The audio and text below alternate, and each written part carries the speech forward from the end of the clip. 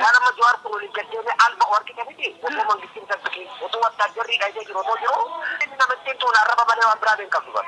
Tuh kita sekarang apa ni cara hari ini mana sah? Hayyee harka fuunee kabajamtootaa fi hordoftoota maatii chaanala Oromiyaa Neeshin akkam jirtu nagaa keessanii hundumti keessanuu an nagaa kooti obboleessi keessan isinis baga nagaa anaaf taataniin isiniin ja'a. Guyyaa har'aa ammoo odeeffannoo addaatiin qabadhee isiniif dhihaadheen jira.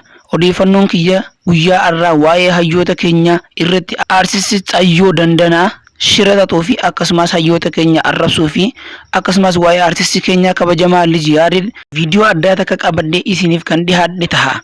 Aartisti Xayyoo Dandanaa bilbila isaatiin waan jedhee arrabse hayyuu keenya Jawaar Mahmadii fi akkasumallee Jaal Daawud Ibsaa qabadhee isiniif kan qoodu ta'a. Haga xumuraatti na hordofa. Egaa hordoftoota koo Xayyoo Dandanaa kaniin qabadhee dhufe akka isin jibbitaniif akka isin isa arrabsitaniif osoo hin taane aartistiin kun maal gochaa akka jiru guutumaan guututti beekuu akka isin qabdaniifi. Egaa keessattuu warroottan sooshaal miidiyaa adda addaa irratti isaa falmitanii fi kunillee akka isin guutumaan guututti gocha isaa kana bartanii fi viidiyoo isaa qabadhee dhufe. Obbolaan chaanala keenyaaf maatii taatanii hin jirre ammuma subscribe godhaatii maatii chaanala keenyaatti dabalamaan affeerraa koo kan kabajaati.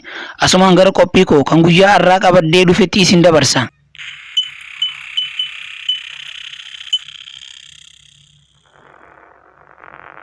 Aartisti Xaggaayee Dandanaa kan ta'e aartistiin kun aartistii Oromoon qabdu keessaa aartistii buleeyyii fi gameeyyii keessaa isa tokkodha. Aartistiin Xaggaayee Dandanaa yeroo ammaatti bilxiginnaa waliin ta'uudhaan shirri inni hayyoota keenya irratti xaxaa jiru dhoksaadhaan bira gahameeti jira. Aartistiin Xaggaayee Dandanaa bilbila isaatiin keessattuu waan inni jedhee arrabsee jiru Jawaar Mahmadii fi akkasumas hayyoota Oromoo bilbila isaa irraa kan waraabame qabadhee isiniif dhihaadheetiin jira. Aartistiin kun yeroo aartistoonni Oromoo baqatanii biyya ormaa jiranillee biyya keessa kan turedha.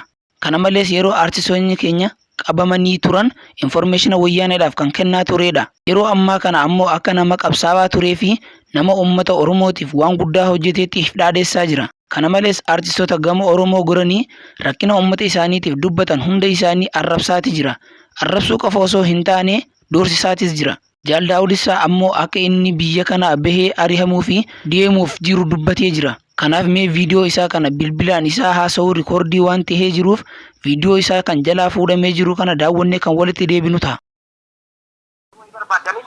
Odeetti badhaadhina kan jettu gubbaatti kun waggaa 10 biqileetta jara kana ari'uuf deeman daali gowwaan ta'ina. Summaan Oromoo kan jedhamu immoo Abiyyis Oromoodha lammaan Oromoodha eenyu Oromoodha galee ni gaafa wayyaanee kun amma dabalamuu hin danda'u namni walitti qabee galee jaritti mormitoota jedhamtu kun dhufteetti nagaadhaan geessuuti katamaa kana biyya kana keessa namni ishii wattaaddarri ishee hidhaan jiru ishii dubbii barbaade argite laal waan amma Jawaar kun waliin gaddeeme alba argite miti otoo mangistiin tarkii otoo wattaaddarri dhaayitee jiru otoo jiru inni namattiin tuun arraba malee waan biraa hin qabdu bara utuu ishii keessa garafanii ari'uuf deemani bara diyaaspoora biyya kanaa warra abaa'oo dabalattee hundashi amala ishee tolfachuu baannaan wattaaddaratti qopheessanii lolaan namichi addunyaarratti ni qaba namichi takdaan ministeeriin kun gaafudhaan qopheessa maqadafatuudhaaf jara kanaa jechaadha.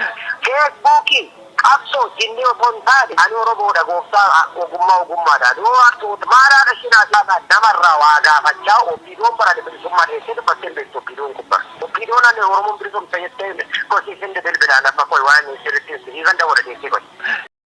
Inni lammaffaan ammoo viidiyoo aartistiin jaallatamaan keenya Liji Yaared kan inni walli aartistii Galaanaa Gaaromsaa irratti waraabe tokko isiniif qabadhee dhufeetiin jira.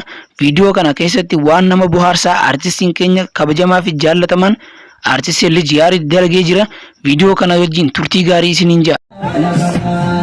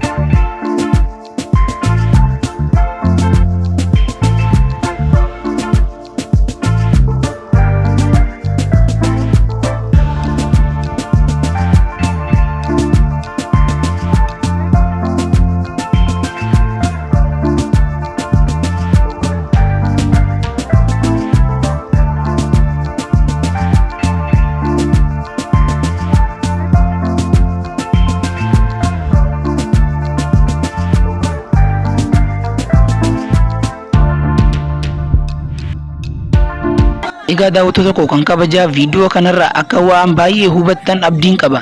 Obbolaan haaraa taatan ammoo chaanala keenya kana subscribe godhuudhaan maatii chaanala keenyaatti dabalamaan isinin ja'a. Haga qophii biraatiin walitti dachaanutti viidiyoo kana laayikii taasisuun dagatina.